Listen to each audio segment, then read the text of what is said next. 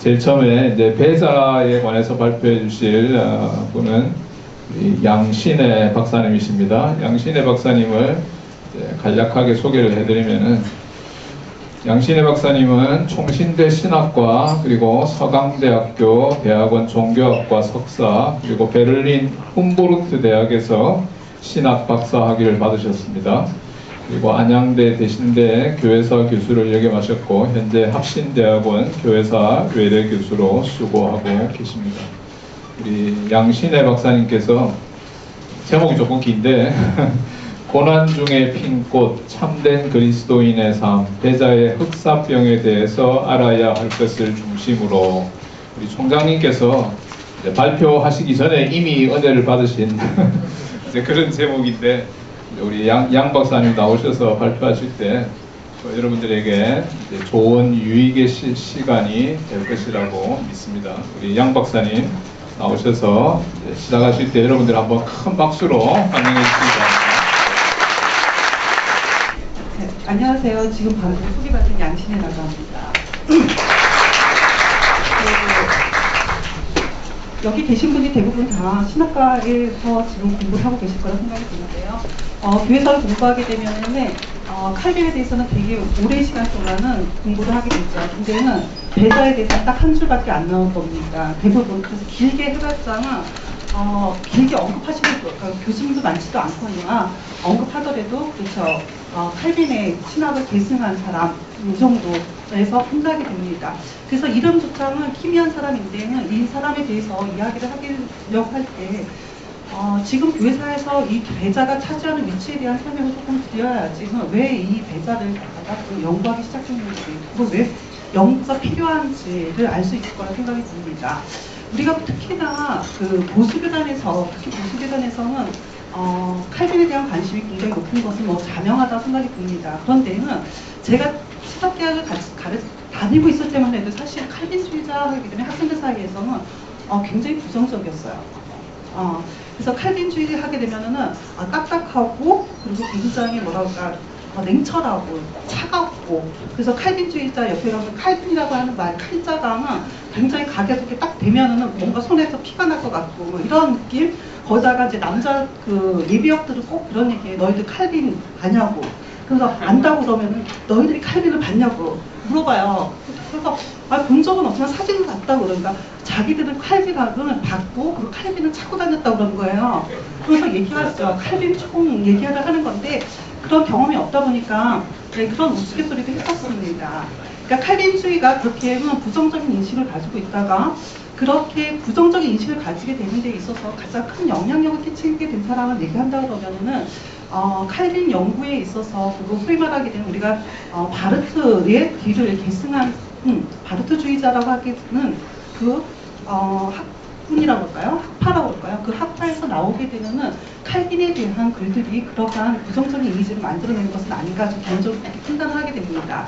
그들이 이 칼빈의 신정통주의라고 하게 되는 하나의 그룹을 형성하기 시작하게 되면서, 칼빈이 이후에 칼빈이 가지고 있는 신학적인 것을 바르트가 자신이 다시 계승하고 있는데, 그 중간 사이에 정통주의자들이는 칼빈을 많이 왜곡했다라는 거죠. 그래서 그 칼빈이 많은 왜곡이 다시금 회복되어야 되는 것이 신정통주의자들에 의해서 이루어지겠다라는 거예요. 그러다 보니까 정통주의자들이 가지고 있는 칼빈주의라고 하는, 칼빈주의 후예라고 하게 되는 사람들에게 굉장히 부정적인 이미지를 갖다가 덮어씌우게 되는 거죠. 그 신정통주의자들에 의해서 가장 그 칼빈과 정통주의의 이 건너가는 건널목에서는 그러니까 이미지가, 칼빈이 가지고 있는 차가운 이미지가 아니라 원래는 따뜻한 이미지였는데, 그 이미지를 차가운 이미지로 바꾸게 됐던 그 중간다리 역할을 한 사람이 바로 누구라고 보냐면 이 배자라고 본다는 거죠. 그래서 이 배자가 칼빈에 대한, 칼빈의 신학을 계승했다고 우리는 알고 있고, 그 계승해서 확장하고 그것을 발전시킨 신학자라고 우리는 평가하고 있는데, 그 칼빈에 대한 그 이미지를 신정통주의자들은 부정적인 이미지로 바꾼, 그러니까 신학을 왜곡시킨 사람으로 평가를 내린다라는 겁니다. 그래서 지금 현재의 교회사적으로 보게 되면은 이 배자에 대한 연구가 굉장히 많습니다. 그래서 예속론에 대한 논쟁, 그 다음에 특히 이 예속론에 대한 논쟁은 칼빈과 그 이후에 신학적인 입장에 전환점을 마련했던 것은 아닌가라고 하는 생각을 하게 됩니다. 그래서 제 관심이 이 배자한테 가게 됐어요. 한국에 배자에 대한 연구가 필요하다는 것을 인지하면서도 이 배자에 대한 연구가 굉장히 미약했습니다. 연구 자체가 많이 되지 않았는데 최근에 들어서 배자에 대한 연구가 이루어지기 시작하게 되고요. 그리고 관심이 나오기 시작하게 되면서 이 배자에 대한 것을 조금은 알리는 차원이 필요하다는 생각이 들었습니다. 그래서 이 배자의 연구를 하다 보니까 배자가 가지고 있는 그 이미지가 우리는 굉장히 날카로운 이미지가 굉장히 많았었는데 배자를 연구하다 보게 됐을 때 그 애가 가지고 있는 목회적인 그리고 시각적인 그리고 굉장히 중요하지만 외교관으로서의 역할이 굉장히 두드러지게 나타남에도 불구하고 거기에 대한 관심이 우리가 없었다라는 거죠. 이 강의를 부탁받고 이 발표를 부탁받고서는 지금 다루는 그 흑사병에 대해서 알아야 할 것이라고 하게 되는 이 글을 처음 접하게 됐을 때 그가 목회자로서 그 시에 있는 목회하는 그 교인들을 향한 마음, 그 마음이 따뜻하게 느껴졌어요. 근데 그 배자에 대한 이 따뜻한 목회적인 이미지를 조금 알려주고 그리고 같이 이 시대에서 고민해야 될 가장 중요한 문제점들을 이 책에서 다루고 있는 것은 아닌가라는 생각이 들어서 이 책을 조금 소개시키면서 그 발표를 좀 할까 합니다. 지금 보시는 것처럼 제목 자체 배자의 흑사병이라고 하게 되는 것은 여러분들이 아시는 것처럼 중세가 멸망하게 되는, 중세가 망하게 되는 그 지점에 있었던 것이 흑사병이라고 얘기합니다. 그러니까 중세의 붕괴를 일으켰던 것이 흑사병인데요. 그래서 이때에 나오게 되는 그림들을 보시게 되면요. 지금 보시는 것처럼 이 그림은 1493년에 죽음의 춤이라고 하게 된 그림이에요. 그러니까 중세를 붕괴시키겠던 그 흑사병이 어떠한 영향력을 끼쳤는지를 볼 수 있는 아주 단적인 그림이라 보였습니다. 중세시대 때의 이 흑사병이 가지게 되는 것은 그냥 단지 한 마을을 붕괴시키게 되는 원인으로서만 작용한 것이 아니라 그들이 지금까지 가지고 있었던 죽음에 대한 인식 자체를 바꿔놨다는 사실이에요. 그러니까 적어도 그리스도인들에게 있어서는 죽음이라고 하게 되는 것은 지금처럼 죽음을 두려움의 대상으로 생각하지는 않았다라는 거예요. 그러니까 그리스도인들에게 있어서 죽음이라고 하는 것은 어떤 의미에서 본다 그러면 내가 천국으로 들어가게 되는 그 건널목에서 거쳐가는 과정이었어요. 그래서 이 중세시대 때에 그리스도인들이라고 하면 내가 지금 죽음이라는 것을 건널목을 건너서 지금 천국이라고 하게 되는 것을 가진다라는 거죠. 그래서 이 죽음이라는 예식이 중세시대 때의 그 교회 예식이 하나로 자리 잡게 되는 것도 그리고 그렇게 중요하게 생각하는 것도 내가 천국으로 들어가는 그 인문으로서 그 예식으로서 중요한 의미를 지니고 있었다라는 거죠. 그런데 흑사병이 돌게 되게 되니까 죽음을 예식을 치를 수가 없게 되는 거예요. 그러니까 사람들이 흑사병이라는 것은 여러분이 아시는 것처럼 전염병이거든요. 내가 그 병을 걸린 사람의 손을 만지기만 한다 하더라도 그 병이 옮겨오기 때문에 일상적으로 우리가 치렀던 장례식이라면 장례 예식을 치를 수가 없게 되는 거죠. 장례 예식을 치를 수가 없게 되니까 이제 죽음은 그냥 그 자체로 죽음일 뿐만 아니라 그 죽음 자체를 어떻게든 이전과는 다른 의미로 그 죽음 자체를 바라봐야 하는 상황에 직면하게 됐던 거죠. 이러한 죽음에 대한 이해가 종교개혁자들에게 넘어가게 됐을 때 종교개혁자들에게서도 이 흑사병이 그냥 있었던 것은 아니었다라는 겁니다. 여러분이 아시는 것처럼 스빙글리, 지금 스빙글리에 대한 개혁교회의 개혁신학에서 소대를 놓았던 사람으로 스빙글리를 언급하는데요. 이 스빙글리도 아시는 것처럼 스빙글리가 자신이 스스로 흑사병에 걸렸다가 종교개혁자로 헌신하게 되는 헌신의 길을 걸어갔던 것은 여러분이 더 잘 알 겁니다. 그 길에서 그가 썼던 그 글이 뭐냐면 소위 말하면 역병가라고 우리나라로 말로 번역이 됐는데요. 그 역병가라고 하게 되는 것은 그 주님 나를 도우소서 나의 힘 나의 반석이시며 문 밖에서는 죽음이 문두루두리는 소리 나를 위해 못 박히신 당신의 손을 높이 들어서 죽음을 정복하시고 나를 구원하소서. 그러나 당신의 음성이 내 생애에 한낱인 지금이라도 내 영혼을 부르신다면 나는 순종하겠나이다. 신앙과 소망 안에서 이 땅을 포기하고 천국을 얻고자 하나니 나는 당신의 것입니다. 이 역병가의 자신의 죽음 앞에서 하나님 앞에 부름을 받게 되는 그 앞에서 지은 시들이 우리에게 남겨져 있습니다. 이 남겨진 시들을 보시게 되면 개혁신학적인 특징들이 고스란히 이 시 안에 들어가 있는 것을 보게 되죠. 내가 내 영혼을 부르신다면 그 앞에서 순종하겠나이다. 하나님의 이 죽음 앞에서 그 하나님의 부르심에 순종하겠다라는 고백이 여기 안에 들어가 있고요. 그리고 내가 이 땅을 포기하고 천국의 소망을 갖다가 얻겠다라고 하게 되는 그리스도인들이 가져야 되는 소망, 무엇을 바라보면서 나아가야 되는지에 대한 명확한 그리스도의 목표 지점이 분명하게 드러나게 있고요. 그리고 나는 당신의 것이 그리스도의 것이라고 고백하면서 내가 그리스도인의 실존적인 내 자세, 내 실존의 자리를 갖다가 고백하는 것을 보게 됩니다. 이러한 그 흑사병은 종교개혁자들에게 있어서 실존적인 자신의 고백으로 이루어지게 되는, 그리스도인으로서의 고백으로 이루어지게 되는 터닝포인트의 역할을 했을 뿐만 아니라요. 또한 이게 목회 선상에 있어서도 굉장한 걸림돌이 된 것은 분명히 맞습니다. 여러분들이 칼빈을 공부하시게 되면 칼빈에게 있어서도 목사회하고 갈등의 구조를 갖게 되는데요. 그 갈등의 구조에서 가장 힘들었던 게 뭐였냐면 이 흑사병이 돌았을 때였어요. 흑사병이 돌았을 때에 목회자들이 가서 권면을 해야 되고 그들을 돌봐줘야 되는데 어느 누구가 그것을 자원하는 사람이 없다라는 거죠. 근데 자원하는 사람이 없고 그럼 자원하는 사람이 없음에도 불구하고 그 자리는 가야 되니까 가야 되는 당위성은 남게 되고 그 당위성 앞에서 시의회의 사람들은 칼빈은 보내고 싶지 않은 거야. 칼빈은 어찌됐든 교회를 개혁하기 위해서 중요한 사람이다 보니까 칼빈은 보내주고 싶지 않고 그런데 칼빈은 따로 빼놓고서 다른 사람을 보내자니 이게 형평성에서 어긋나는 거죠. 지금 눈을 보기도 형평성에서 어긋나게 됩니다. 이러한 갈등이 지속적으로 종교개혁자들에게도 있었다라는 거죠. 오늘 보고자 하는 배자의 경우에도 마찬가지입니다. 이 배자도 아주 동일하게 이츠빙글리하고 칼빈이 겪었던 그 경험들은 그의 생애 속에서 하게 되는데요. 첫 번째 보시게 되면은 이 배자가 대종을 하게 되는 원인들을 보시게 되면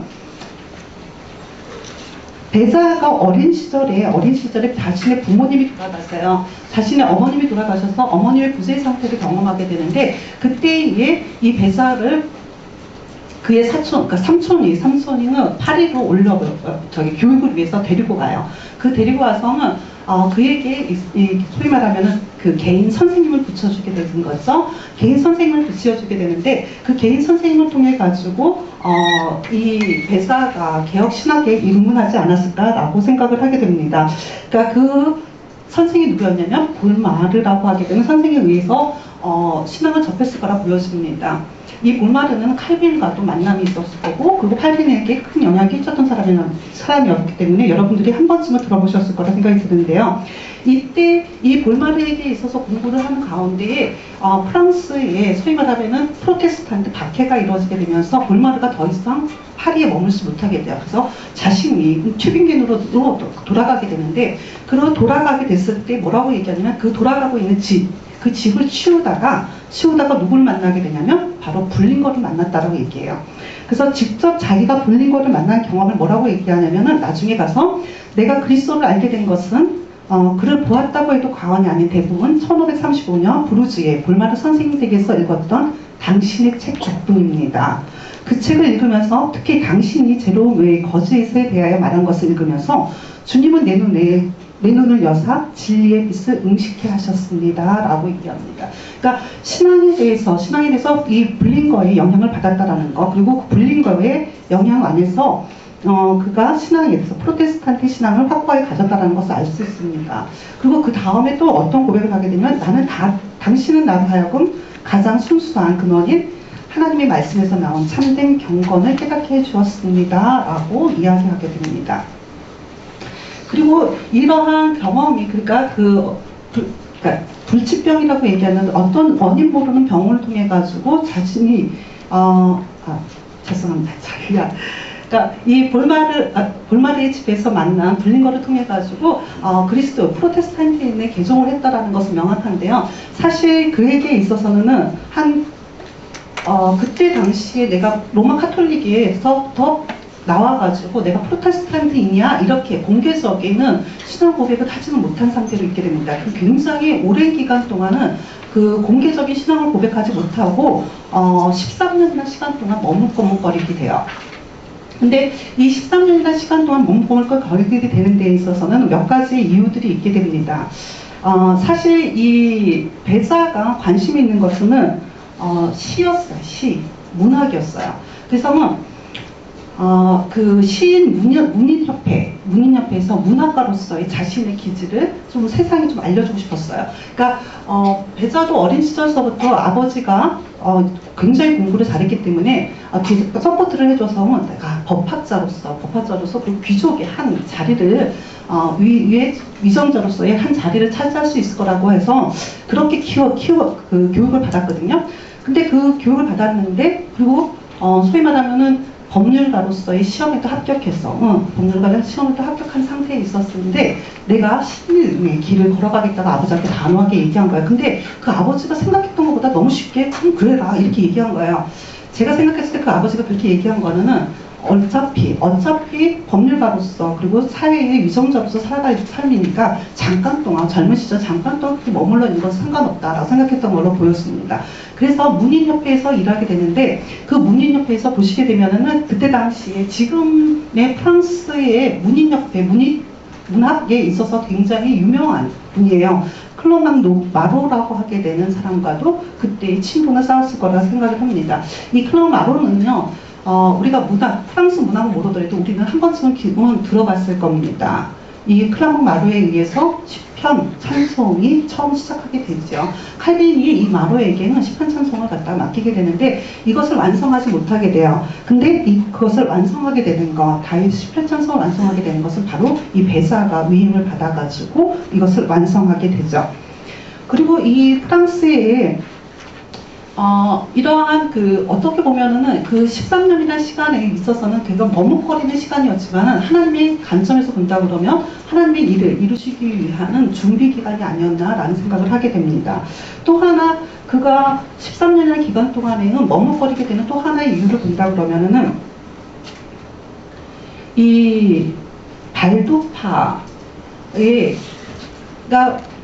발도파는 중세 말기에 그러니까 소위 말하면 교회에 대적해서 교회의 부흥운동에 교회를 다시 개혁하고자 하는 소장 그룹이라고 할까요? 그래서 성경 중심에는 이 발도파들이 형성이 되게 되는데요. 이 발도파를 중심으로 하게 되는 박해가 이루어지게 됩니다. 이 박해가 프로테스탄트 박해하고 맞물리게 되는데요. 이 시기가 그 1540년에 이 내용은 여기에 없습니다. 조금 13년이나 긴 시간을 갖다가 왜 망설이게 됐는지에 대한 설명을 조금 드려야지 이해가 되지 않을까 싶어서 말씀드리는데요. 프랑스에서 1540년에는 퐁텐블로 칙령이 내려지게 됩니다. 이때 퐁텐블로 칙령을 통해 가지고 뭐가 내려지게 되면 귀족들, 영주들, 그리고 법률가, 반려들이는 프로테스탄트로 개종하게 될 경우에는 직위를 박탈시키겠다라고 하게 되는 이 칙령을 발표하게 되죠. 그리고 사실 실제적으로 1543년에 프로테스탄트로 개종한 귀족이 화형에 처해지게 됩니다. 이러한 박해감은 프랑스와 1세 때부터 시작해서 앙리 2세로 넘어가는 시기까지 계속해서 이어지게 되는 것을 보게 되는데요. 그때 이 1545년에 카브리에르하고 멜린돌의 이 두 촌락에 있는 발도파 그룹 마을 공동체로 이루고 있었던 그곳에는 이단으로 판결을 하고 나서 이 촌락 전체를 완전히 파괴시키고 거기 있는 사람들을 다 추방시키든지 화형시키라고 하게 되는 명령이 내려지게 된 거예요. 그러니까 제가 드리는 말씀은요. 그러니까 프랑스에서는 프로테스탄트로 내가 공개적인 개종이 이루어지게 되면 화형에 처해지게 되거나 그리고 박해를 받아야 되는 상황 속에 있었다라는 겁니다. 그런 상황 속에서 이 배자는 귀족이었거든요. 귀족이었기 때문에 자신이 가지고 있는 기득권을 놓기가 사실은 쉽지 않았을 것이라는 것을 충분히 추측할 수 있을 거라 생각이 듭니다. 이 발도파가 나중에 보시게 되면은 칼빈이 성경 번역하게 되는데 이때에 이거 출판을 할 수 있게끔 자금을 대줬던 사람들이 바로 이 발도파예요. 발도파가 칼빈의 신학에 있어도 굉장히 이 중요한 기여도를 하게 되는 것을 보게 됩니다. 이 배자가 나중에 이 발도파를 갖다가는 기억하면서 뭐라고 얘기하게 되냐면, 가난함에도 불구하고 또한 이 시기에 소요와 전쟁으로 사방에서 사탄의 공격을 당했음에도 불구하고 1535년 그들 자신의 비용으로 르살테시에서 프랑스어로 된 최초의 성경을 출판하게 했습니다. 히브리어의 정통한 피에르 로베르가 장 칼뱅의 조언을 얻어 이 언어에서 번역했는데, 아무튼 프랑스는 그 사람들을 통해서 오늘날 그의 언어로 성서를 갖게 되었음을 인정해야 합니다. 이렇게 그 배자의 책 가운데 종교개혁의 영웅들에 대한 초상이라고 하게 되는 책이 바로 이 발도파에 대해서 이렇게 언급하고 있는 것을 보게 됩니다. 그래서 이 배자는 자신이 이 그러한 흑사병과 같은 병을 통해 가지고 병에 걸리게 됐을 때, 그때 이러한 박해가 있음에도 불구하고 내가 프로테스탄트 이후로 공개적으로 내가 개종을 하고 그 길을 걸어가야겠다라고 결단을 하게 되는 거죠. 그러니까 스핑글과 같은 경험을 이 배자에게 있는 것을 보게 됩니다. 그러고 나서 그가 프랑스를 떠나서 어디로 오게 되냐면 칼빈에 있는 제네바로 와요. 제네바로 와서 칼빈을 만나게 되는데, 그때에는 그 칼빈하고 같이 일할 수 있는 자리가 없었기 때문에 그에게 자리를 제네바에서 얻지 못하고 어디로 가게 되냐면 그 비레와 함께 있었던 곳으로 가게 되죠. 비레에게 가게 되는데, 이때 이렇게 그 배자가 프랑스를 떠나고서 와가지고 그 제네바에서 다시 사역하게 되는 것은 다시 그 이후에 1559년에 가서야 스위스 제네바 아카데미가 열리게 됐을 때, 초대 교장으로 오게 됐을 때에 그때서부터 칼빈과 더불어서 함께 동역을 하게 되고 사역을 하게 되는 것을 보게 됩니다. 배자의 다시 이제 원점을 다시 본래대로 되돌아와가지고요. 보시게 되면은 그 이후에 사실 1559년서부터 시작해서는 제네바 아카데미의 교장으로 있게 되지만은, 사실 목회에 있어서의 정적인 그 영향력을 끼치게 되는 것은 칼빈이 죽고 난 이후에 목사회를 위임받고 나면서 그 제네바의 목사회를 이끌고, 그리고 신학적인 것에 목회적인 영향력을 끼치게 됩니다. 그러면 제가 시간이 없어서 사실 여기 그 배자에 대한 이야기가 되게 할 게 많은데요. 그래서 줄이래요. 그래서 원래대로 그래서 그 이후에 보시게 되면은 이 목회를 그 칼빈이 죽고 그 이후에 목사회를 위임받고 난 다음에 그에게 있어서 가장 큰 어려움을 겪게 되는데, 그게 바로 이 흑사병하고 관련된 일이었어요. 그러니까 자신이 제네바에서 사역을 시작하게 된 것도 사실은 제네바 아카데미라고 하게 된 교육사역이었거든요. 그러니까 교육사역을 하고 왔는데 흑사병이 전체를 던지게 되면서는 사실 이 제네바 아카데미를 문을 닫게 되는 겁니다. 문을 닫게 되는 상황에 전체에 처해지게 되고, 보시게 되면 4페이지에 보시게 되면은 이때의 그 목사회하고도 또한 갈등을 겪게 됩니다. 1570년에 보시게 되면은 시의회에는 흑사병에 걸린, 전염병에 걸린 교인들을 방문하는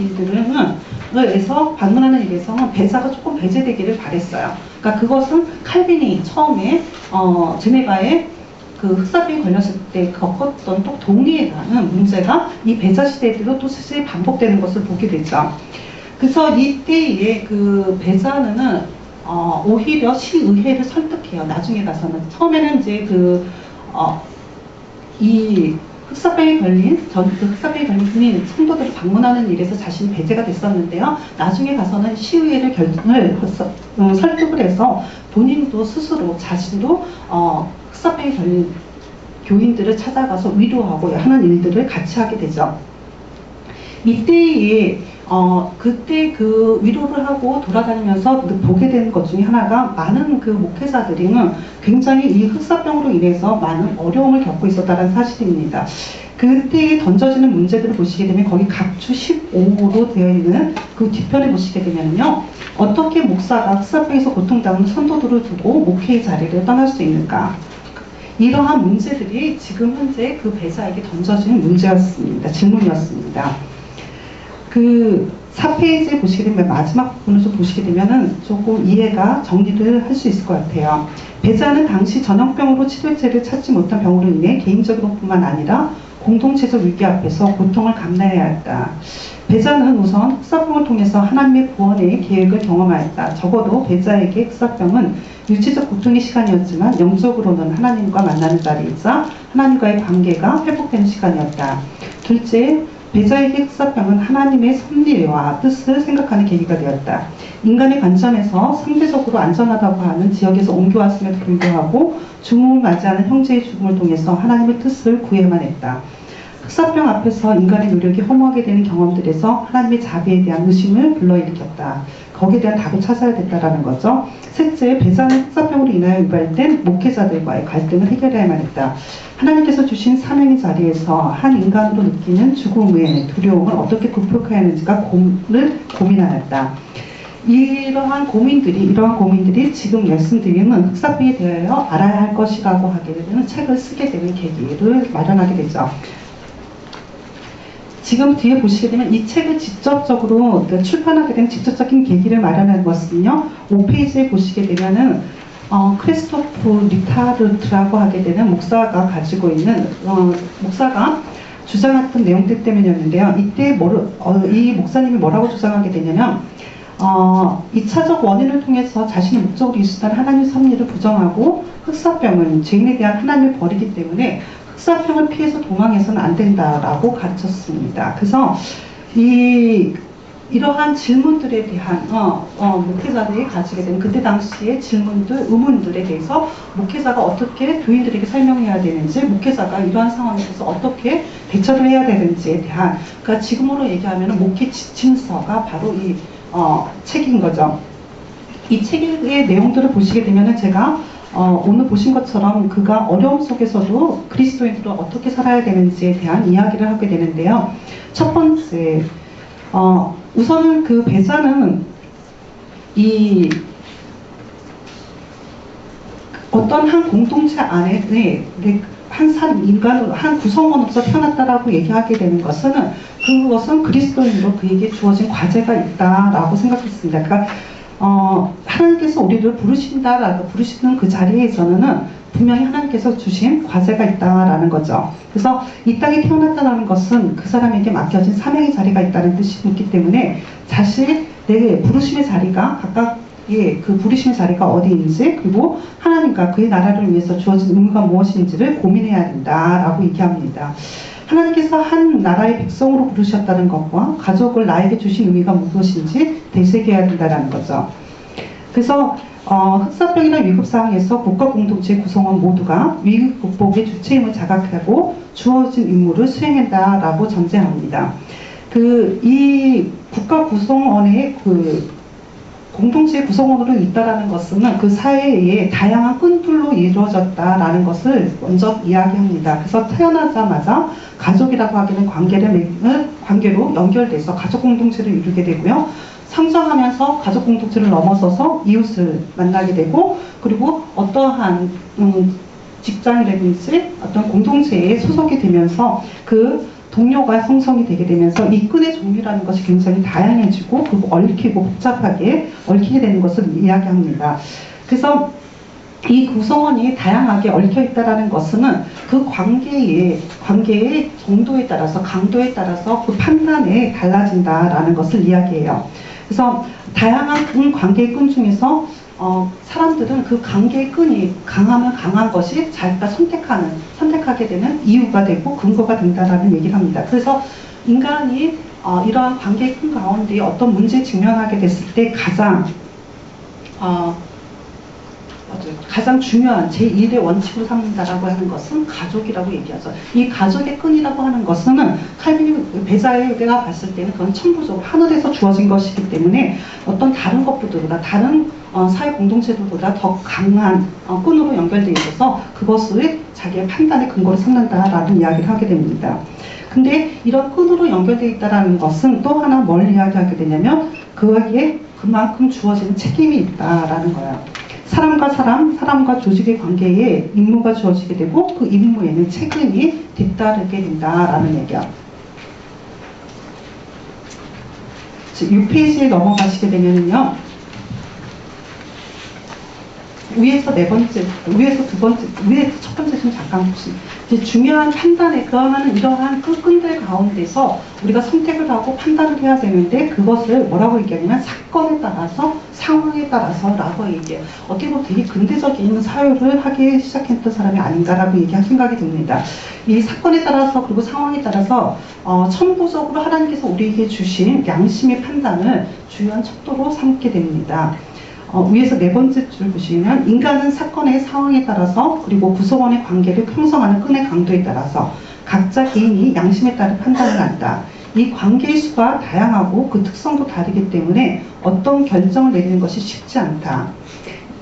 이미 언급했듯이 가족으로 이루어진 천부적인 혈연관계가 어느 관계보다 강하고 배자도 이 점을 인정한다. 하지만 배자는 공동체의 붕괴를 낳는 상황에 직면해서는 혈연 공동체보다 국가 공동체의 안정과 편화를 우선시하며 선택해야 한다고 주장한다.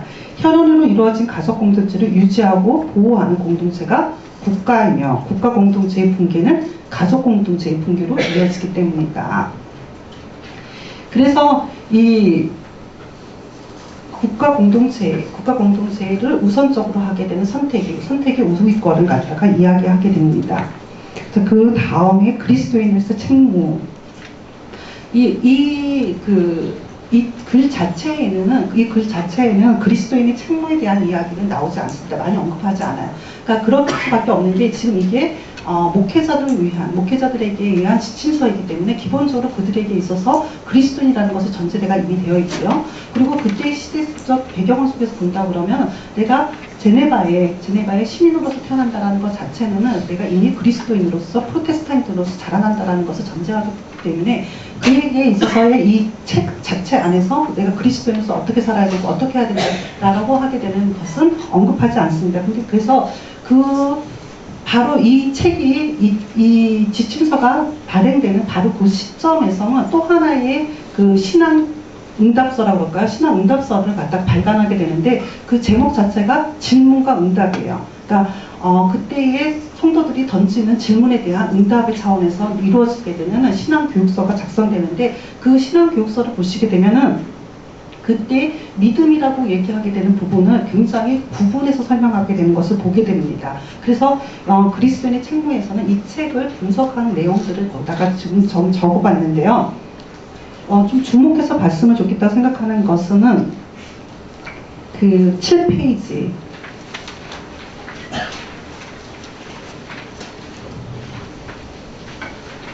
7페이지에 보시게 되면은 그 마지막 패러그래프에 있습니다. 그러니까 기본적으로 믿음에 대해서 설명하는 것은 종교교육자들이 설명하는 것과 별반 다르지 않습니다. 별반 다르지 않은데 굉장히 세분화시키고 구분시켜주고 있다는 것이 조금 다른 차이점이죠. 그러니까 예를 들면 믿음이라는 것을 설명하면서 그의 그리스도를 안다는 것, 그리고 그리스도를 접붙인다는 것, 그리스도의 연합, 그 다음에 교제, 이러한 단계를 갖다가 거치게 된다라고 설명하는 것이 조금 구체적으로 체계화시켰다라는 것의 차이점은 있지만 그 내용상에서의 큰 차이점을 찾아보기 어렵다라고 볼 수 있을 것 같아요. 그런데 재미있는 것은 이 질문과 응답이라고 하게 되는 책의 구조 속에서 보시게 되면은 이 죄인의 상태에서 내가 의의 자리로 나아가는 그리스도의 부르심이 하나님의 설명이다. 그 하나님의 선물이다라는 것을 고백하도록 가르치고 난 다음에 마지막 부분에 가서 보게 되면은 하나님의 예정으로 그 시선을 갖다가 옮겨놓는다는 사실입니다.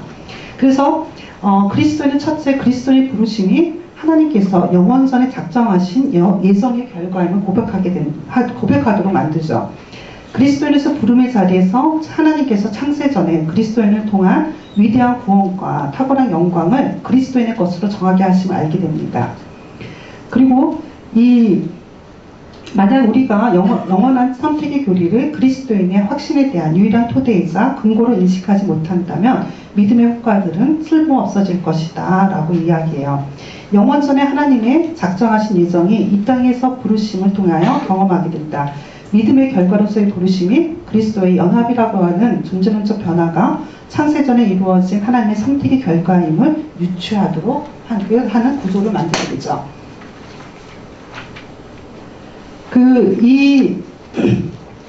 이 과정 속에서, 이 믿음을 설명하는 과정 속에서 그가 강조하고 있는 것을 보시게 되면 두 번째 믿음의 특성으로서는 악이라고 하게 되는 것을 악에 대한 치료책이라고 하게 되는 단어를 갖다가 사용해요. 그러니까 믿음을 설명하면서 악에 대한 치료책이다. 믿음이 악에 대한 치료책이다라는 것을 갖다가 명확하게 설명하게 되는데 이러한 이해는 그 배사가 처음부터 가지고 있었던 신앙의 이해와 맥을 같이 합니다. 거기 그 8페이지 위에서 두 번째 보시게 되면 믿음을 이야기하게 될 때 약사가 병에 적절한 약을 처방하듯이 복음은 성령을 통해서 우리에게 적절한 수단과 도구를 만들어낸다라는 그 신앙교육서의 비유가 여기에도 적용되는 것으로 보여집니다. 이 책의 질문과 응답이라는 책에서 흑사병이라고 하기는 위기상황에서 그리스도의 부르심 그리고 구원의 자리에 부르신 예수 그리스도가 이루고자 하는 목적을 생각하도록 배자는 권면합니다. 여러분 8페이지 맨 마지막 패러그래프를 좀 보시면 됩니다. 흑사병은 하나님의 섭리 안에서 발견한 전염병이기에 하나님의 목적은 그리스도인을 좌절시키는 데 있는 것이 아니라 슬픔에 있는 자들을 다시 일으켜 하나님을 바라보게 있는 데 있음을 강조한다. 배자는 분명하게 당시의 동시대인들과 함께 흑사병의 발병의 주요 원인이 우리의 죄임을 고백한다. 우리의 죄에 대한 벌로 이 병을 내린 하나님의 뜻이 무엇인지를 생각하여 목회자들은 병의 원인에 대하여 논쟁하기보다는 어떻게 죄를 인식하여 회개의 자리로 인도할 것인지와 그리고 하나님께서 주신 그 자리에서 어떻게 다른 사람들에게 사랑하고 자비를 베풀 수 있도록 독려하는 데 집중해야 한다고 조언한다. 손을 쓸 여력도 없이 전염병이 퍼지는 상황은 인간의 나약함과 연약함을 인식하게 하며 그 자리에서 세상의 덧없음을 넘어서 미래의 삶에 대한 기대와 소망을 품을 뿐만 아니라 바로 그 자리에서 종말에 있을 심판대에서 완성된 영생을 확신하도록 이끌어야 한다. 그 위로의 중심에 선택이 있으며 선택이 하나님이 변하지 않는 작정의 결과임을 확신시켜야 한다. 영적 싸움에서 양심이 믿음의 진리와 관련하여 흔들린다 할지라도 영혼은 육체의 공격에 맞서야 한다. 결국 성령을 통하여 준 하나님의 선물인 양자의 영을 후회해서는 안 되기 때문이다. 그리고 그리스도인들에게는 심판대 앞에서 우리의 행위를 판단받아야 한다는 사실을 잊어서는 안 되기 때문이다. 이것이 현재를 살아가는 그리스도인의 삶의 윤리적 척도이다. 이 판단을 하는 데 있어서 지금 보신 것처럼 그리스도인들의 양심에 따른 윤리적 판단 그리고 거기에 따른 의지의 행위를 강조하게 되는 것을 보게 되는데요. 이 책에서 다루고 있는 이 주제와 관련해서 다루고 있는 것을 보시게 되면 그때 당시에 굉장히 구체적입니다.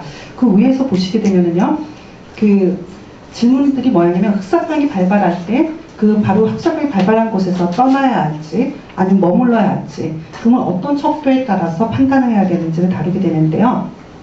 이때 지금 앞에서 언급한 것처럼 그리스도인의 부르심에 대한 신학적 이해를 전제하면서 왜 하나님께서 흑사병을 보냈는지를 숙고하고 그리스도인의 삶의 자리가 이 땅에만 있는 것이 아닌 것을 상기시킵니다. 그래서 미래를 바라보면서 미래의 영원을 바라보는 존재이고 이 땅의 삶을 넘어서 죽음 이후의 삶을 바라보는 존재라는 것을 성도들에게 각인시키는 거죠. 이러한 전제 아래서 굉장히 중요한 문제들을 다루게 되는데요.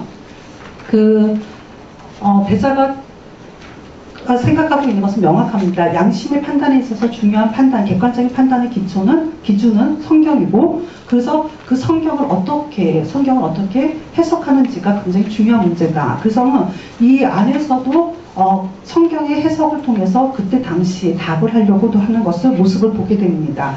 그 모습 가운데 예를 들어서 하나만 제가 조금 하고서 넘어가도록 해야 될 것 같아요. 시간이 지금 없어가지고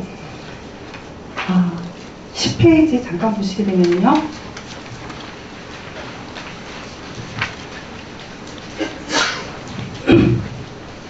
10페이지 위에서 두 번째 줄 보시게 되면은 흑사병이 발발했을 때 마을을 떠나라라고 하게 되는, 마을을 떠나야 된다라고 주장을 하게 되는데, 그럼 성경에서 사람들이 이렇게 얘기하는 거죠.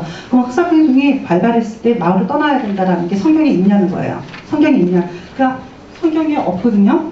그러니까 성경에 없게 되니까 이때에 베사가 그들에게 향해서 세 가지의 반대 논리를 제시하게 됩니다. 그때 첫 번째 뭘 얘기하게 되냐면 성경은 역사에 일어난 모든 사건을 기록하지 않는다.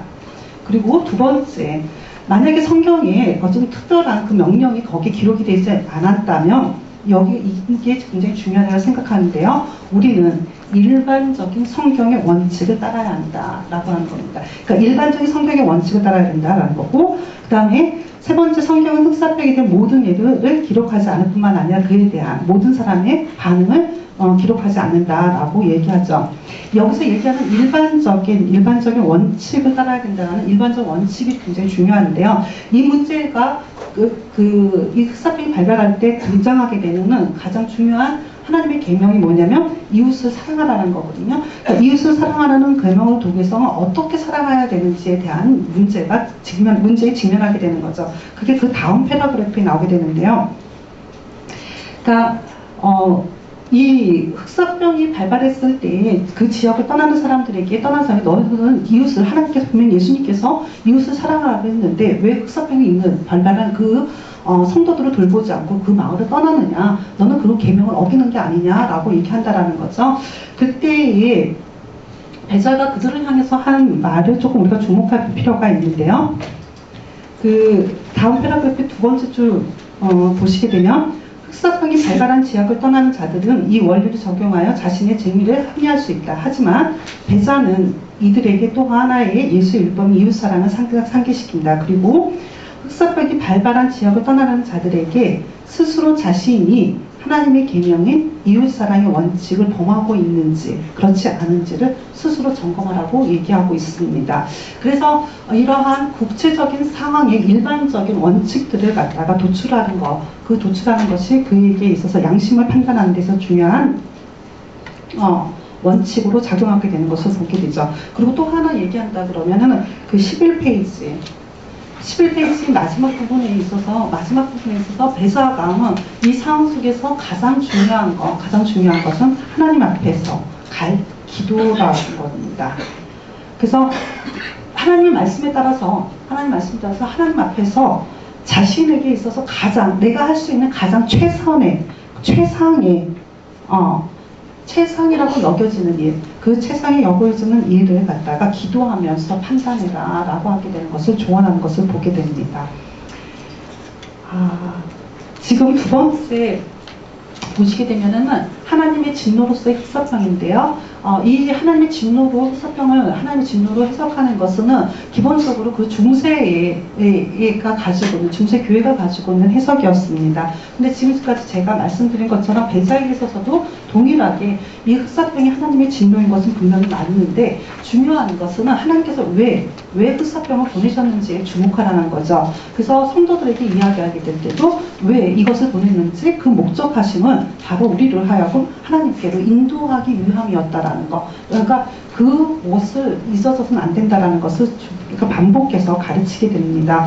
여러분 보시게 되면 여기 이 하나님의 진노로서의 흑사병을 다루게 되면서 그 예정이라고 얘기하게 되는 거, 섭리라고 하게 되는 부분, 그 섭리라는 부분을 칼빈이 가지고 있었던 신학적인 해석들을 갖다가 발전시켜서 개념을 명확하게 구분하고 그 개념의 부분을 실제적으로 적용하는 과정들을 보시게 될 겁니다. 그런 과정을 통해서 하나님께서 주시는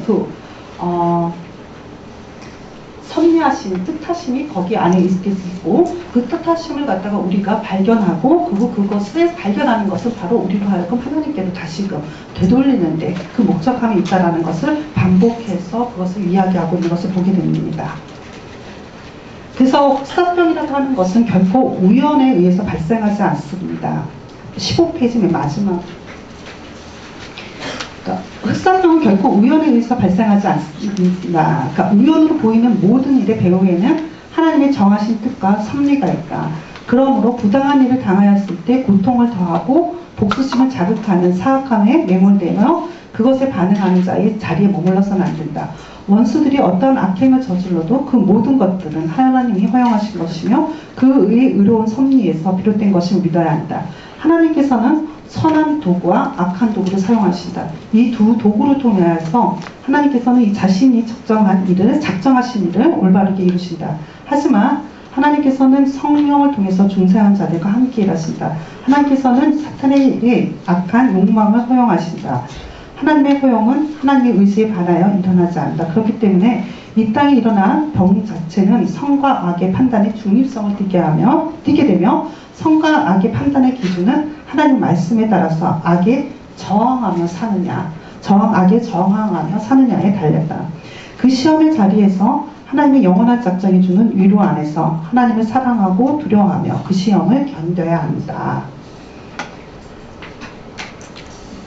지금 보신 것처럼 그 배자에게 있어서는 흑사병이 하나님의 진노로서 주어진 것은 분명 맞지만 그 안에서 우리에게 하나님께서 무엇을 원하시는지 그리고 이 그 흑사병이라고 하게 되는 것 자체가 그 자체가 하나님은 선과 악을 판단하시는 것이 아니라 중요한 것은 악에 저항하면서 살아가는 것을 선한 의지와 악한 의지를 판단하는 중요한 판단의 기준이 된다는 거. 그리고 그 판단의 기준에서 중요한 것은 성경을 판단의 척도로 삼았고요. 그 판단의 척도에서 일반적인 원칙을 도출해냈다는 것은 배자에게 있어서는 인간이 하나님께서 주신 이성의 자리를 갖다가 굉장히 긍정했다는 겁니다. 그러니까 이성의 자리를 긍정했다는 것을 오해하시면 안 되는 것은요.